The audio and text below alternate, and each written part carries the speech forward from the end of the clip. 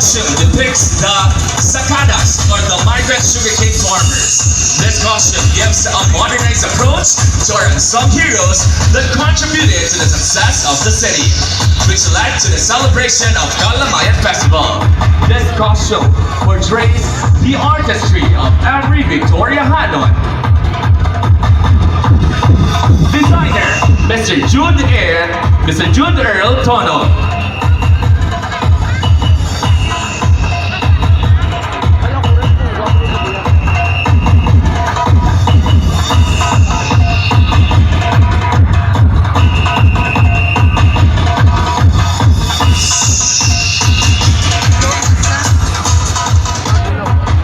Jude Tunog, Barangay 3!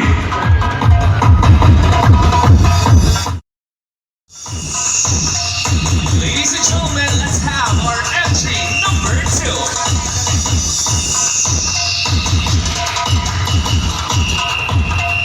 This costume represents the sweet red city, as sugarcane is the #1 source of income of our people.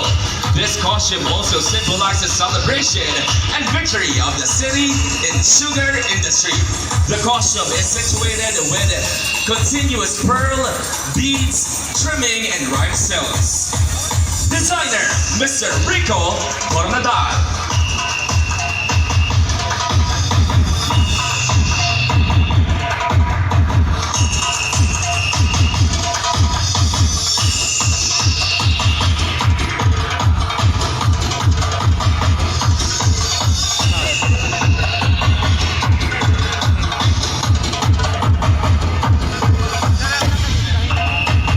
Ano yan po?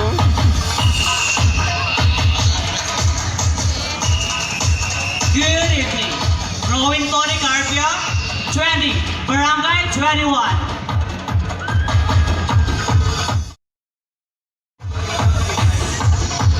Ladies and gentlemen, let's have our entry number 3.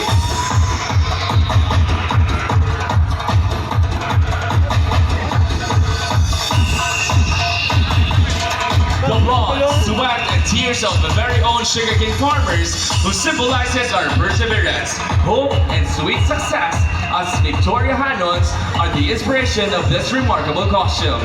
It radiates a color from the shades of gold that emphasizes the triumph, knowledge, and luxury of Victoria City.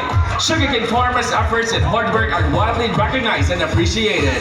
So this costume was made with respect and love, detailed with honor and pride.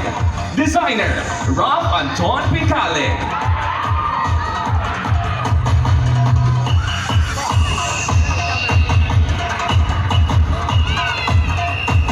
Ay, punto. Rodman Conting Pincale from Barangay 3. Talaga bro, no?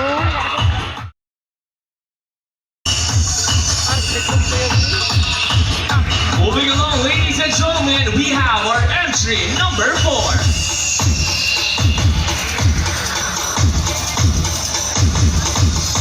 This costume pays homage to the sugar industry of the city of Victoria. The elements used are symbols of the sugar industry of the city, from the water buffalo to the famous landmarks, and lastly, the sugarcanes to sum up. This is the representation of the whole city of Victoria. Designer, Joel Galliano.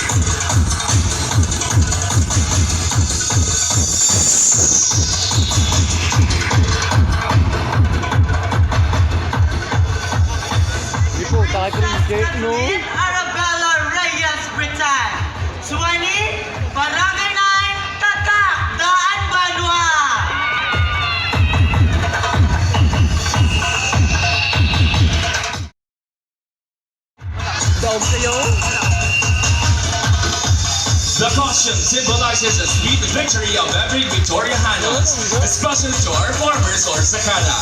The costume called the Modern Sakada.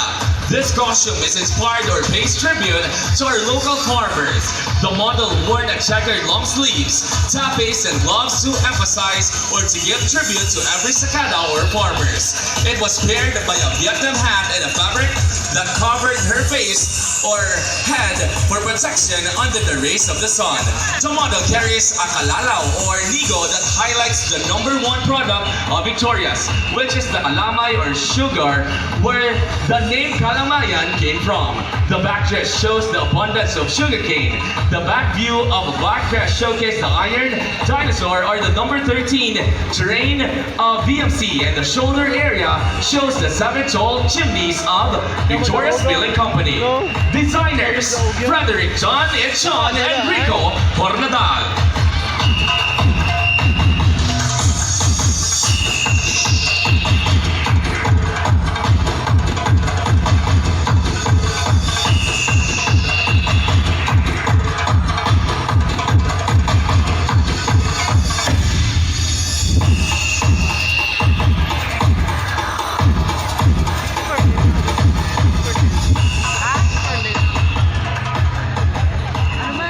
Frenchie, Monte Carlo Limba, Barangay 21!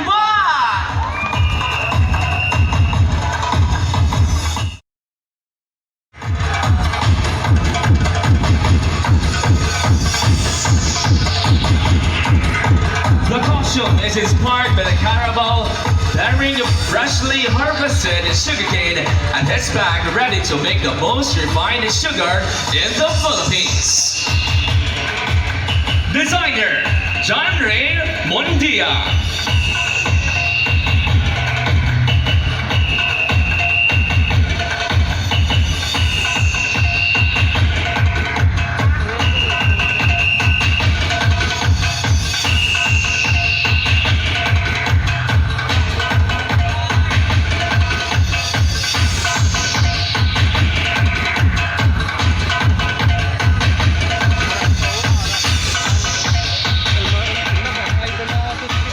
Jessa Marie Guidotti, 18, representing Consariin, Dasilampun Anay, pero dugay makaabot sa balay, housing!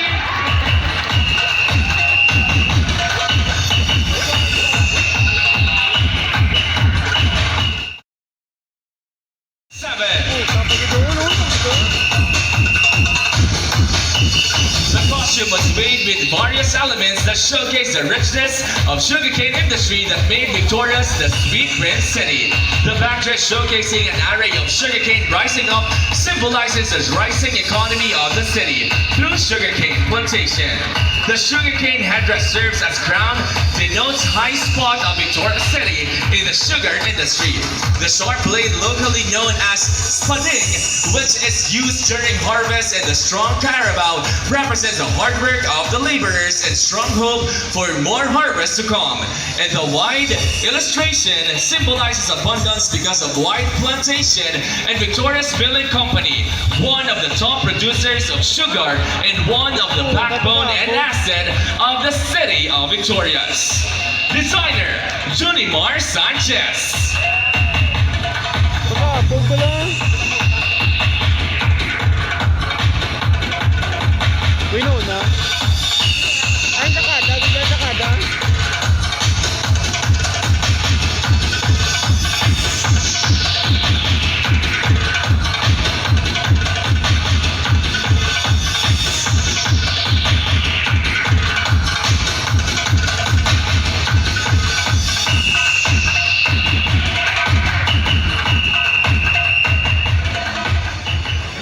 Good evening, Maricel Barrientos, Barangay 11.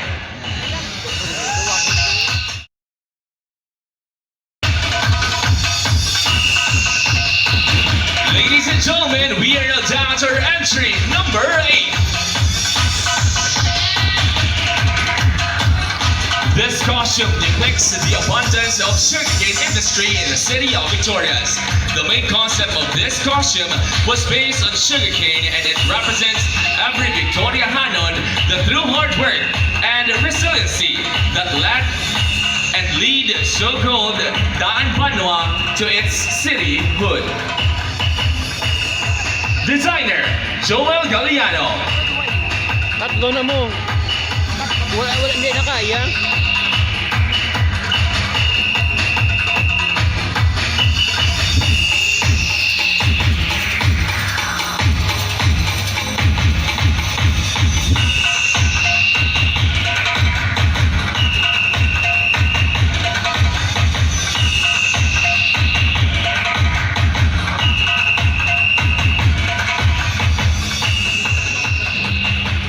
Mabuhay! Wednesday is on Viral 18, Barangay 3.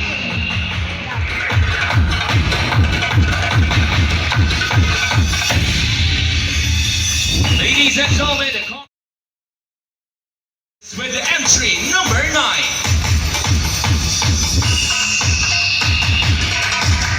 From the land of Sweet Green City, Reina Kubo de Kalamayan, giving you the power, strength, sweetness, and sultriness. Every part of this costume has its beautiful meaning.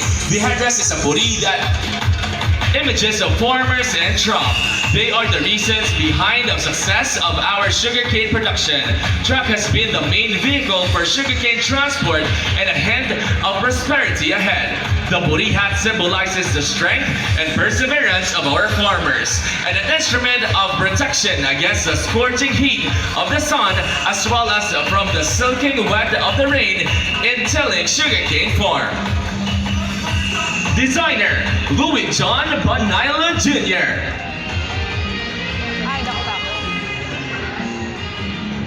Don Acebayas, 19, Barangay 13.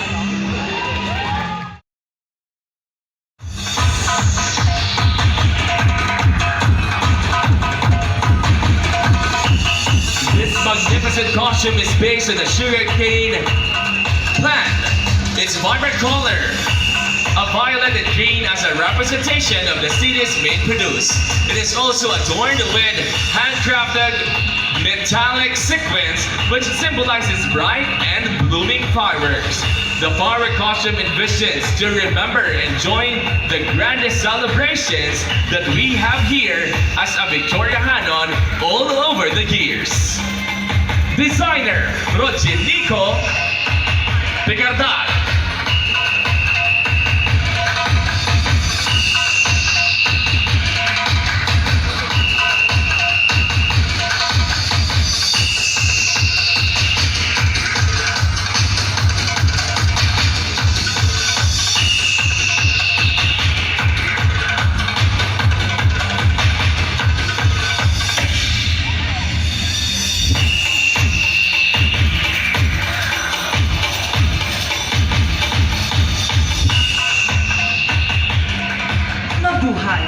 This is Chloe Bauya Vergara, 19, from Barangay 13.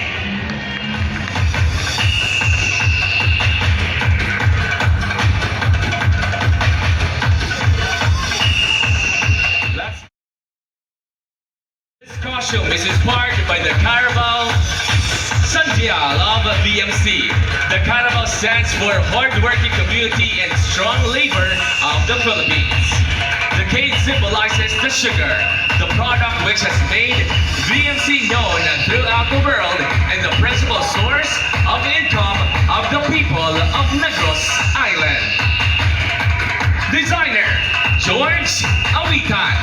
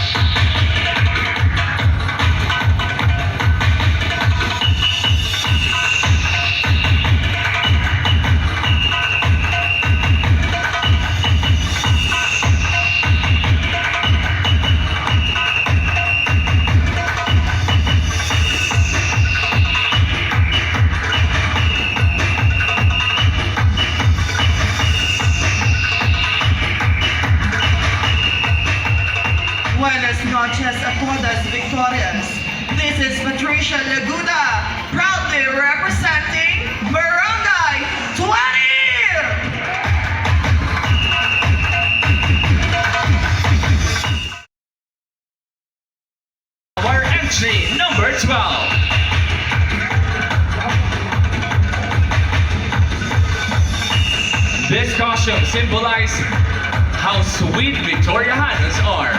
It is shown in our smiles that whatever it takes and how hard challenges may come in our race, we can still have that sweet smile.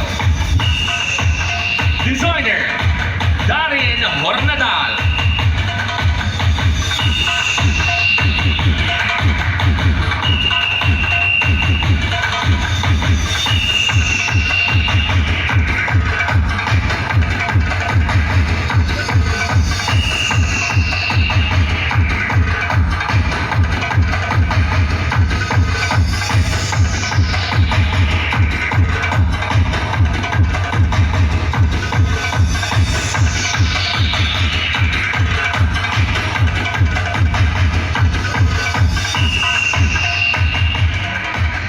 Good evening. Nobime Aha. Barangay Entry number 13. This festival attire is a representation of Victoria Hanons. Since a Victoria Hanon is a resilient being, the word warrior was chosen to represent this. The Victoria's Milling Company, generally known as BMC, is the largest and well-known sugar producers visible along the architecture of the building. This barangay of Victoria City is home to this integrated raw and refined sugar business. Miguel J. Osorio is the man who created the business. The costume has provided designs such as the Agri-Christ face, the BMC train, the BMC company, the Victoria's cuisine of hot sardines, the caramel sundial, and the sword, and last but not the least, the sugar kings.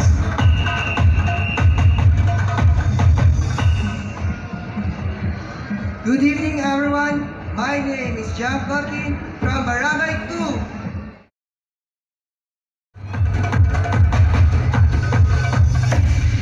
Ladies and gentlemen, the last but definitely not the least, we have our entry number 14.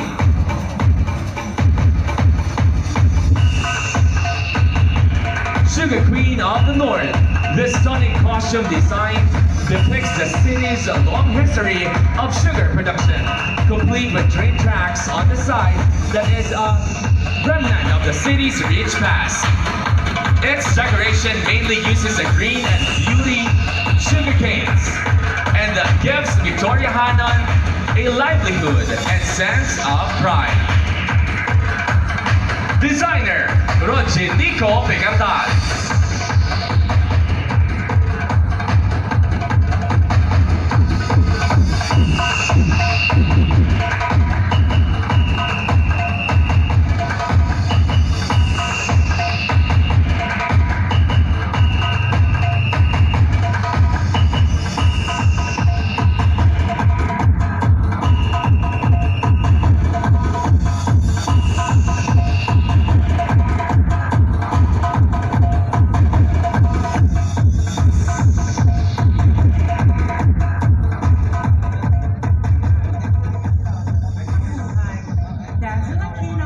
From Barangay 2, Lazada.